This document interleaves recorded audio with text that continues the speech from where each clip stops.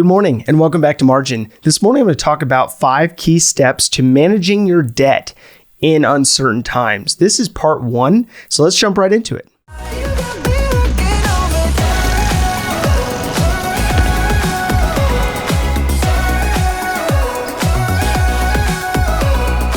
So you may have heard me say that you cannot navigate where you want to go if you don't know where you are. And that's why at the beginning of this theme, we looked first at where you are. We briefly went over your plan to spend and looking at, okay, where are you exactly? How much are you spending in what categories? And what aspects do you need to have that reality check on? So it's easy to not only see the fact that we are living in uncertain times, but that most people don't know how to navigate their personal finances in uncertain times. And so I wanted to go into this today to look at how to navigate some of these key aspects, how to navigate some of these debt aspects, these aspects that are weighing on us in a time that has so much uncertainty. So in a recent call to action, I called you up to look at the lenders that you owe money to. Who do you owe money to? What institutions do you owe money to? And being able to look at that from a standpoint of knowing where you're at so that you can build out that trajectory, build out that vision. And I want to end this theme focusing on that aspect, focusing on what we started out with, which is looking at your vision and aligning your goals to eventually meet that vision and eventually hit that vision. So it's so easy to get caught up in what the media wants us to focus on, and it causes more and more uncertainty in our minds and in our hearts as we look at everything going on in the world. Now, what I try to remind people of is to control the controllables. Look at your life from a standpoint of what aspects do I have control over, and narrow your focus to that.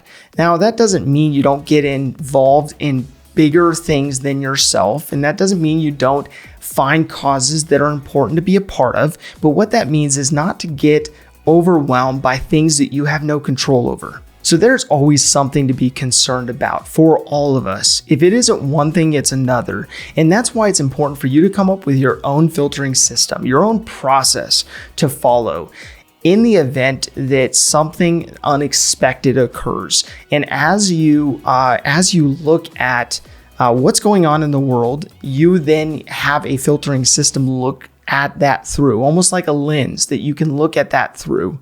And I believe that that will help you in decision making as you navigate your personal finances. So going into a brand new year, it was important for me to step into this year going over how to build a plan to spend, how to build your credit and maintain it, and how to manage your unsecured debt. Now, as I've been going through this overall theme going into the new year, it's important to look at the aspects, especially in light of the uncertainty that we do and do not have control over.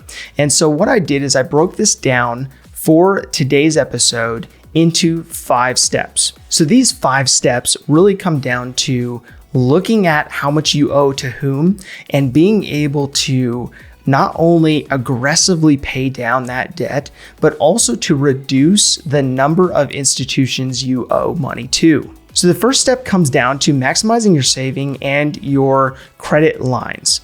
So with that, what that comes down to is really looking at your finances from a standpoint of building margin.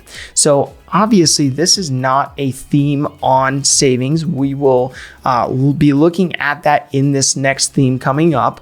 But when it comes to savings, it is so important for you to look at how much savings you actually have available to you in cash reserves.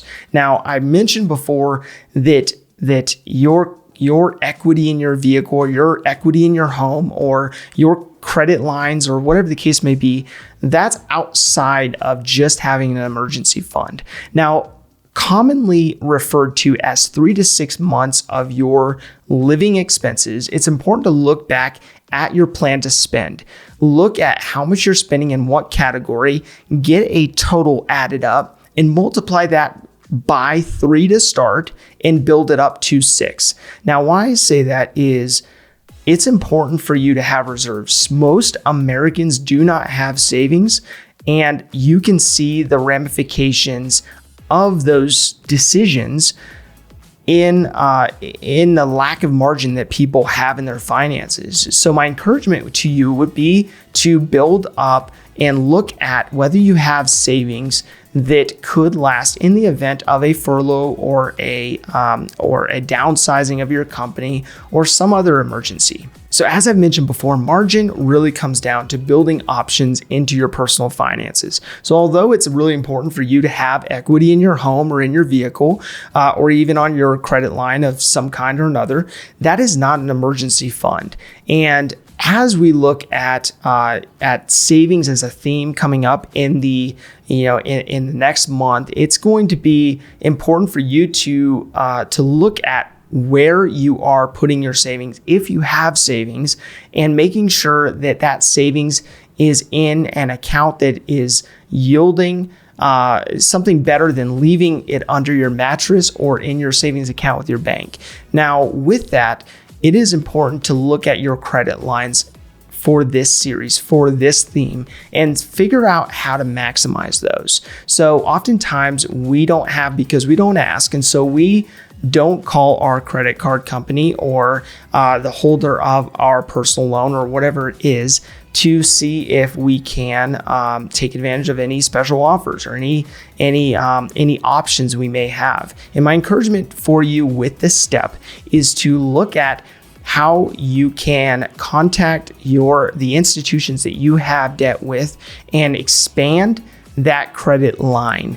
And that just gives you options. Now, of course, you want to be careful if you have not built up that discipline that's necessary in order to manage that credit well.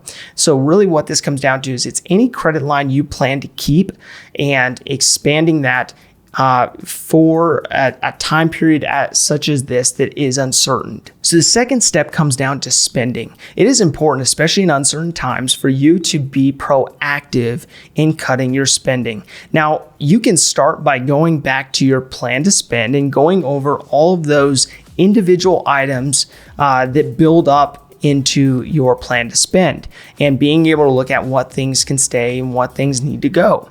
Now, also, I built out a 2-part series on the 7 steps of downsizing your life without anyone noticing. And I would encourage you to go back and look at that series because that will help you to figure out from a spending standpoint how you can cut the expenses in your life without necessarily having to relocate. If this information is helpful to you, explore the Margin membership, where me and my team will help you take the information you're learning and apply it to your life and your finances.